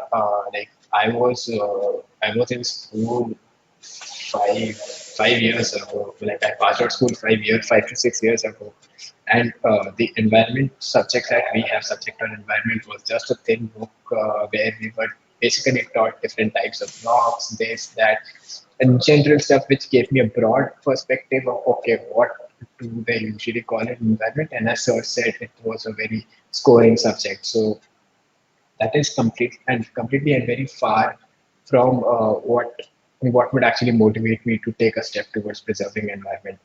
And as I said before, that there is a disconnect between the urban population and the people who are taking the stride and moving ahead. Because if you look at it, a lot of people who are actually taking the action have had some interaction with nature in some form or other, know its importance, and only then, when they move to the urban city, do they realize that the situation here is far worse and they need to take steps to maintain it or to keep it at or to protect it and preserve it. So the connect with environment, I believe, is definitely imperative. We cannot lose. Like if you go out and meet someone who has been born and brought up in a big city, and you ask them to maybe take care of the environment, they'll probably say, "Fine, I won't use my car for the next few days." But that itself is not enough. You need to, they need to understand that what actual preservation means and what nature feels like, what grassland feels like, what's an agricultural land, what's a tree, what a healthy tree looks like, what a healthy plant looks like. People like I myself wouldn't actually know the difference between a plant which can be kept inside a house and outside a house. So when I go out shopping to maybe buy a plant to make my office look better, or to show that I am a promoter of environmental policies and I want to preserve and so I want a plant in my office, I would be blindsided. I wouldn't know which plant to purchase or which plant to actually buy and will live in the office. I usually rely on my mother for these things because she is quite enlightened and she knows about these things. I tried, in fact, during this pandemic, growing a tree out of a seed, which turned out to be extremely difficult, and I failed miserably. I am sad that that tree can get an opportunity to see the world, but I failed massively. And that itself shows that there is a huge gap between what we are taught and what is actually the implementation. Because I was told that you plant the seed into a vase or a pot, add mud, add water, and give it enough sunlight and water, and it will grow. But that doesn't seem to be the case. There are fantastic YouTube channels. There is a different stream of education on gardening itself, on growing trees, on agriculture, and it's a vast base of knowledge there out there, which we haven't been even exposed to. Forget having a practical touch to it, and that disconnect, I believe, will is what is not letting a lot of people to take action for environment, but it's just forcing us to wait for someone else to start a revolution and guide us, and not be the individual leaders to see this change. Thank you so much, Mr. Anuj. Sir. Yeah. See, I think at some point it can be integrated also in academic curriculum, not for the sake that somebody is taking a course on ecology, of course, has to take it. But I think in every course there has to be some understanding regarding the concern of this issues of sustainability, because every course has its own sustainable angle also. Let me tell you.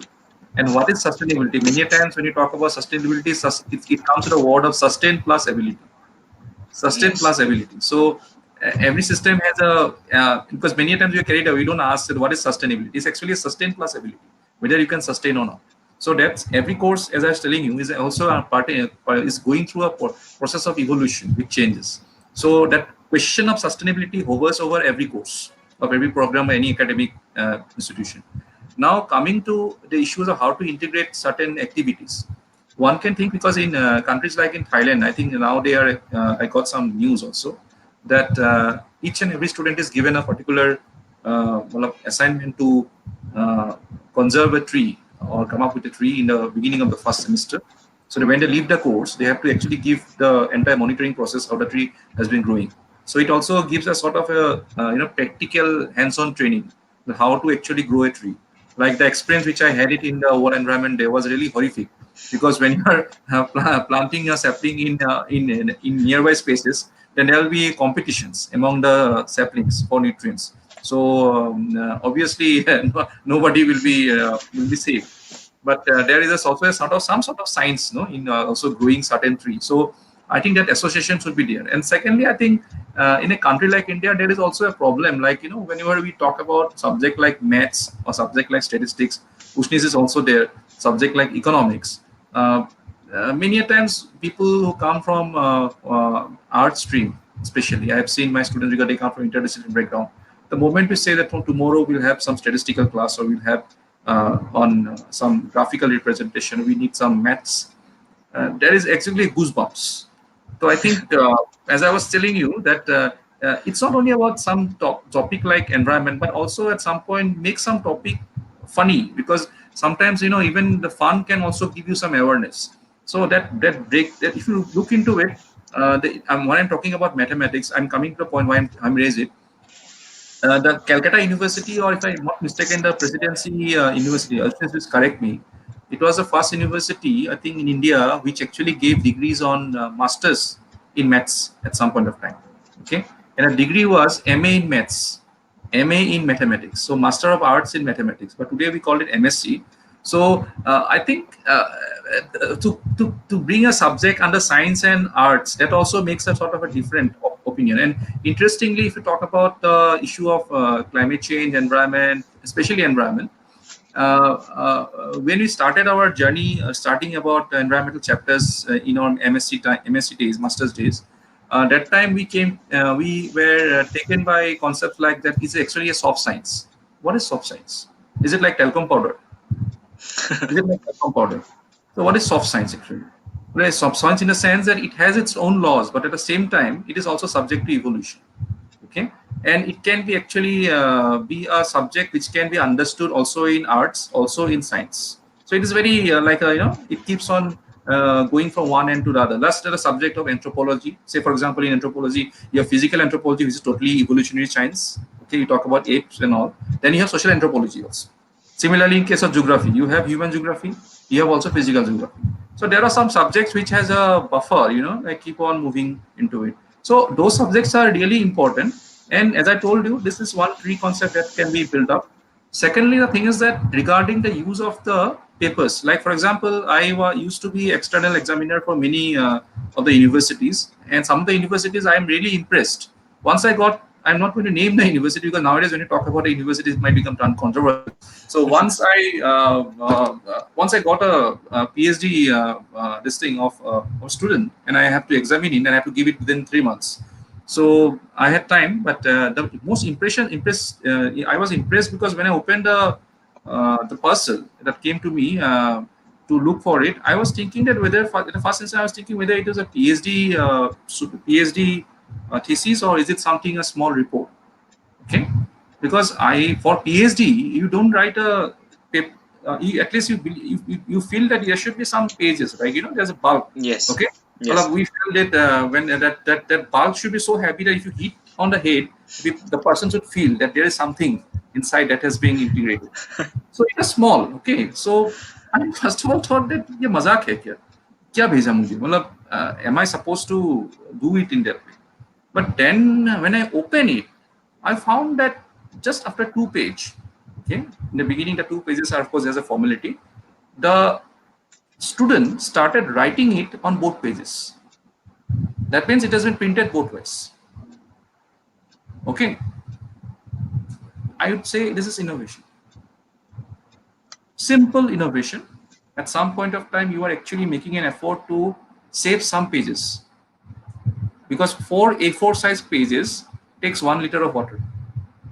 Anuj is there; he might be knowing it better. Okay, so if somebody is actually saving, suppose the PhD actual papers are around 300. Imagine if the person is making double, that is 150 pages. Okay, 150 pages are saved. So 150 pages अगर save करेगा तो how many liters of water he would be saving in calculations? But there might be some many other explanations into it. But in calculations, if you go, there is some amount of water that will be saved. Okay, some of my students would be saying that, sir, एक तरफ से क्या होगा कि maybe the printer might not last long because you are doing it back and forth. Fine, Mm. I understand. But somewhere down the line, at least I have initiated a process. Maybe we can do more R&D on that back and forth thing so that we can think that at some point of time, the cartridge life cycle assessment can be extended. But somewhere down the line, we have to start it.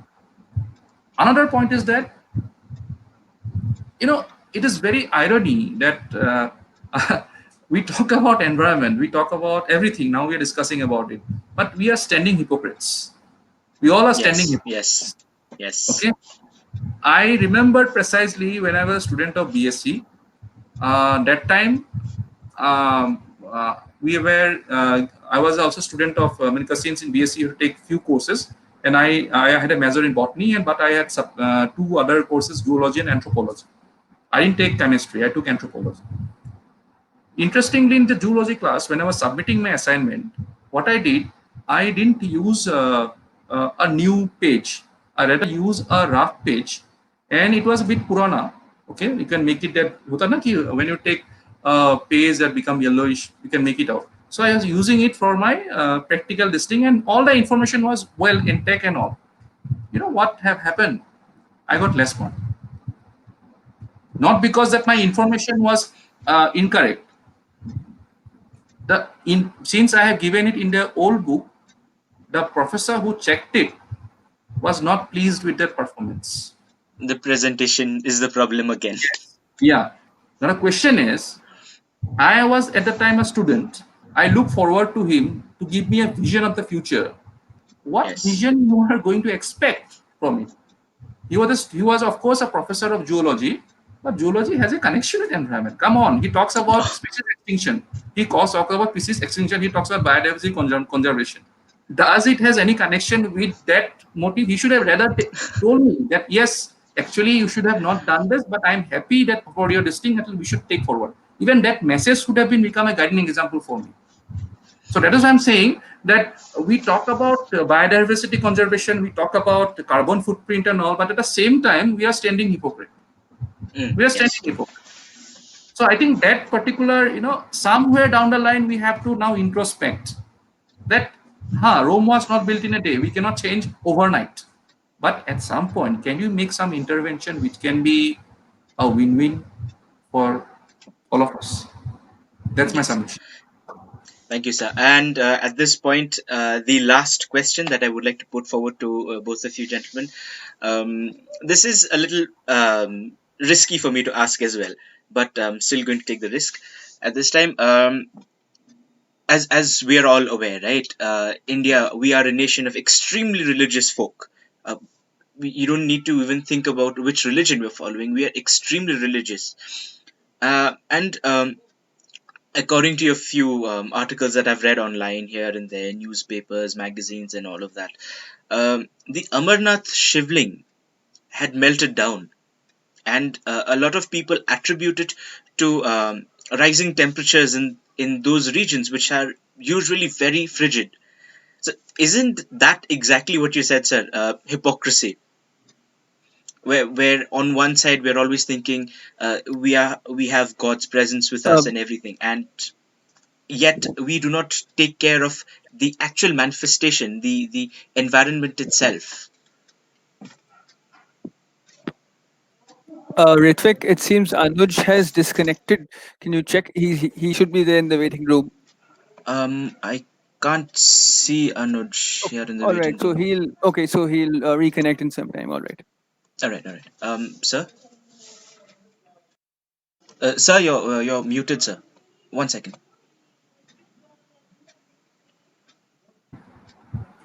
Can you repeat Yes. the question once? I just want to. So what I was wanting to ask you about is that in India, sir, we're extremely religious. We are very superstitious at times, and a few days ago, a few months ago, in fact, so there was the incident of the Amarnath Shivling which had melted out. Right, so it was a shivling of ice, and it had melted out completely. And few online articles, newspapers here, and they attribute the melting down process to increase in climatic temperatures. So at that point in time, so don't you think the people, again, to reiterate your points, a hypocrisy on behalf of the people? On one side, we are always talking about faith and things as such, but we do not take care of environment itself, the manifestation that allows us to keep our religious beliefs intact. See, it's a very complicated, in a sense, it's multi-layered concept, because religion in India is I would say, one of the main driving force. Actually, if you look into it, if you have to really understand, because some of my friends might not agree, because we have many times we used to have debate. And the question of that, do religion have science, or science actually has a religion? Okay, that is something very contestable, and also many times it is, as you said, that there are also issues like superstition associated with religion. But sometimes we are carried away. Okay, sometimes we are carried away by this religious belief, and we think that, okay, and because if you look into also the concept of something like hope, HOPE, okay, that is very much integrated in a human mind. And if you talk about the Greek mythology of Pandora's box, okay, when Pandora opened the box, a lot of things came up. Okay, it was bad, good, evil, everything came up, and it was actually came up as a small fairies and small angels, and they tried to bite her. But at the same time, when she became sick, there was another angel which came up and bite her. It was called hope. Okay, so religion is like that. Like, for example, if you are still thinking that things are not happening properly, the immediate solace that you find towards the door is nothing but religion. Okay, so climate change is happening. Yes, Amarnath, the sibling is getting melted. That is actually, by the scientific understanding, we can know that it is actually happening due to certain change in the climate. Glaciers are also melting. Okay, and we know how at some point of time we are having flood at uneven hours. But at the same time, I think there has to be some sort of a process. As I was telling, that it is not a topic that can only academics can give you, and only people like Anush can do it in field. It is also a topic that need to be discussed more in a democratic order. Democratic order means we need to invite a lot of other actors into it, so that there has can be an angle in making the people understand the importance of this hour regarding the climate change issues, and also the environmental changes that has brought this climate change more accelerated in our day-to-day life. If you look into religious philosophies, if you talk about, say for example, uh, the religion of Hindu, okay, Hindu religion, uh, on the, from a very non-religious point, I'm picking this here. So if you look into this perspective, apart from the Vedas, what we talk about in Hindu philosophy, or if you talk about, there are also certain things called Upanishads. Okay, what is Upanishads? Upanishads are basically amendments that you make time to time in religious understanding, and I think these Upanishads have come not just to for the sake of coming, but there are certain things that is happening in the ambience, because of which certain things have to be incorporated as a change order even in religious text. So I think in this context we can think that even this issue of climate change, how it can be discussed. Like, for example, whenever we go in as a mass to one place to another, like in that scenario, what are those regulations we need to maintain? We need to maintain, like, for example, let me give you an example of coming to a different spot altogether, like visiting a national park. Visiting a national park. Now, in front of the gate, there can be many, more than around 100 people waiting to enter the national park because they want to sight the tiger. Okay. Nowadays, it is being related with ecotourism. Also, these concepts have also been developed. But the forest warden, decided that at particular time only a few people can be entering that place. Okay, because all are not allowed to enter, because it might actually hamper the privacy of the tiger as an animal. Okay, because it also has certain rights to live there. So you cannot simply let the entire crowd go there and see the tiger, because it might also invite some trouble. So there's a regulated way in which things have been done. In case of also different religious possession, different religious functions also, I think at some point we are saying that we are not saying that stop religion. Religion, let religion, we cannot stop it. It is a part and parcel of identity also. Okay. But what type of things that need to be incorporated so that certain things can be regulated at certain point, if there is an understanding that why you are doing this, so that it can contribute further in maintaining the integrity of what exactly the main basis of the whole information is all about. Okay, so I think a discussion need to be held on this. It's, okay. I don't know how far I'm able to answer your question, but I'm trying my level best to explain it. So thank you very much. That has been helpful. Now, ladies and gentlemen, we will have to wrap things up. We have spent a good amount of time in conversation with these three wonderful individuals, and at this point, it falls on me to wrap things up. And as such, here are a few things that you should really pay attention to, especially when you're thinking about what you are going to do, what you are doing. It is extremely important for you to introspect. If you are watching us, I would urge you to think hard and think long about what you are doing, what you are going to do, and what you have done. Your everyday actions are extremely important in the broader picture. Uh, Now, you should also remember that this is not the very first time that climate change has occurred. I am uttering the exact words that Hoykasa had just said in the beginning of his opening remarks. This is not the first time that climate change has occurred. What we have to be concerned about is the speed at which the change is occurring, and it is extremely important for us to not push it ahead faster. If we want to live, you slow things down too fast and we're all done for, right? There are implications, you see, things like flash floods in places you've never even heard of floods. For example, take Hyderabad, Jaipur. You would never expect these places to be flooded, right? And you see these cities literally being washed away, and all of this is because of the fact that most of us, we actually do not care about it. What we do is just we say yes, we are environmentalists. We like to talk about the environment. Why? Because it's the yo factor. We want more popularity, we want to be chill and vibing with our friends and things, but that is not important, to be very honest. If you are doing something, you ought to be genuine about it. And another thing, right, that you should pay attention to, because right now we're still at a stage where we're growing. We are still not at that particular stage where we can make decisions at a level which can impact things on a broader spectrum. For governance and policy making and things and such, we as students, we're still part of the student community. We cannot make decisions at such a high level yet. One day we may get to that point, and at that point, it is extremely important to remember that when it comes to things like environment, ecology, conservation, preservation, you do not, just put out ideas and policies that you yourself have conceptualized and thought about.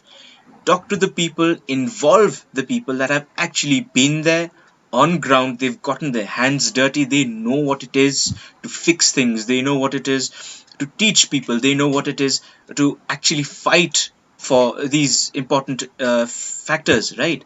Um, and at the same time, this is also motivation for you yourself as an individual to personally contribute to this fight that we are having now. There are a small minority of people who think that climate change is a myth, it does not exist. But bad news for you guys, it actually does exist, and we can get into a fight about that much later. But here's the thing, it's up to you whether you believe it exists or not. But places are getting hotter by the day.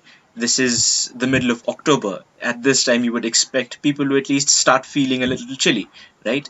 Not the chili peppers, but feeling a little cold, right? But you still see most of the people walking on the streets wearing shorts and t-shirts. That is not natural at this point in time. Uh, and you also have to remember that things like small gestures of diligence. Mr. Anuj Agarwal was talking about this.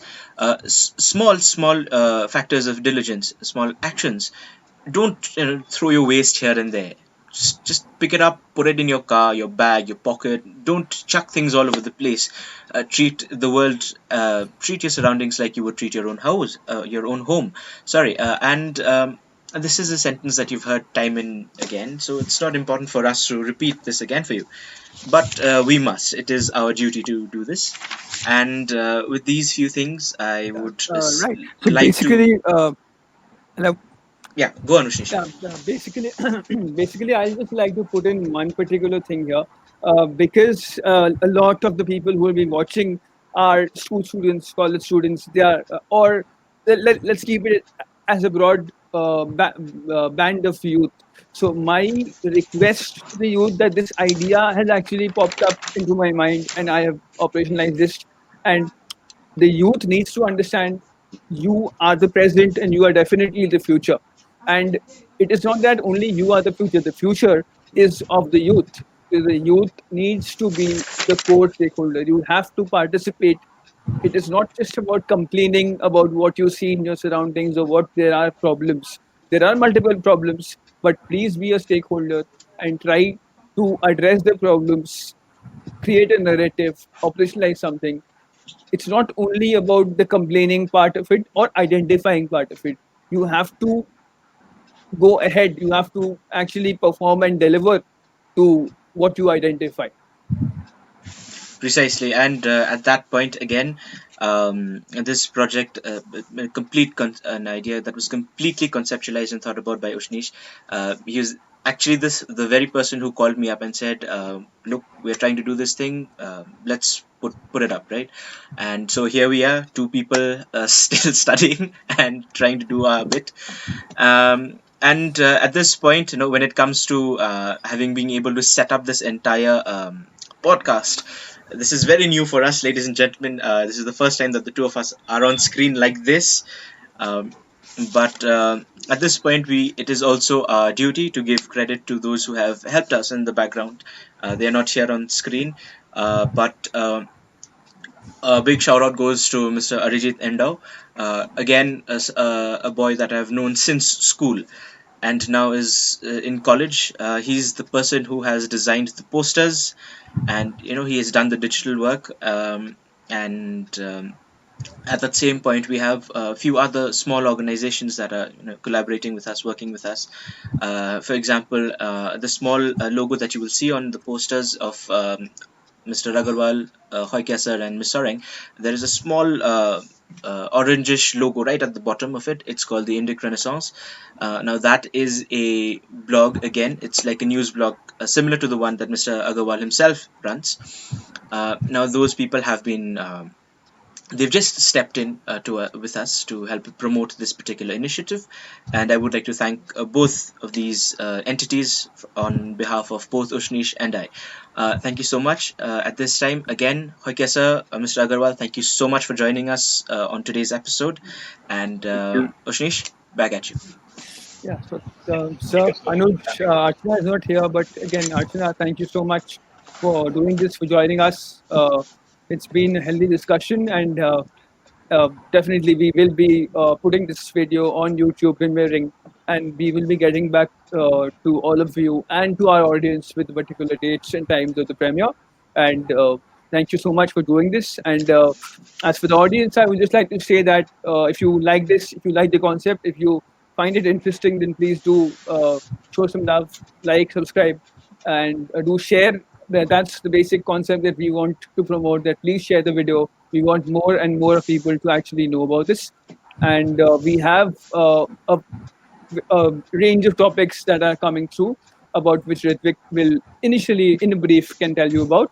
And most of this we'll be doing after the Durga Pujas, with multiple sessions that which will be incoming. So, Ritvik. Right. Now, at this point in time, again, I will have to take up 2 minutes of your time, ladies and gentlemen, because, see, look, to be very honest, we are not earning anything from this particular initiative.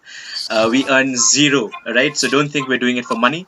The only reason why we are doing it is because we believe that it is our duty to contribute, right? And as people who have decided to contribute, we've started this little small project. It's very tiny, And when it comes to the upcoming projects, ladies and gentlemen, we will have further few episodes lined up, right? And like Ushnish mentioned, we will have them after the Durga Pujas. We do not want to spoil anybody's fun and frolic during the pujas. Though during this pandemic time, you're all advised to stay home, but we know a lot of people will end up on the streets, right, visiting pandals and things. And right now, when it comes to the upcoming episodes that we have lined up, the first one after this that we have lined up, that is the second episode in this particular series, will be based on participatory development and public policy. Then again, let's not go into details about that, right? We'll not take up too much of your time. And the other one that we have is fine arts and music, the contribution that the younger generations can make towards the careers in fine arts and music. And also an extremely important topic that the both of us have decided to address, an extremely important topic at this particular point in time, is youth and the responsible usage of social media. An extremely pertinent topic that we believe is of extreme relevance now, because we're all locked up in our homes, and we're all stuck on Twitter, Facebook, Instagram, WhatsApp, all of these things. So responsible usage, very important, and that is why we have decided to go ahead with this particular list of topics. Then again, thank you so much, ladies and gentlemen. Ushnish, Thank you. thank Yeah. you. Thank you, sir. Thank you, Anuj, Anush. thank you. Thank you so much for coming on. Thank Thank you, you. sir. Thank you for having me.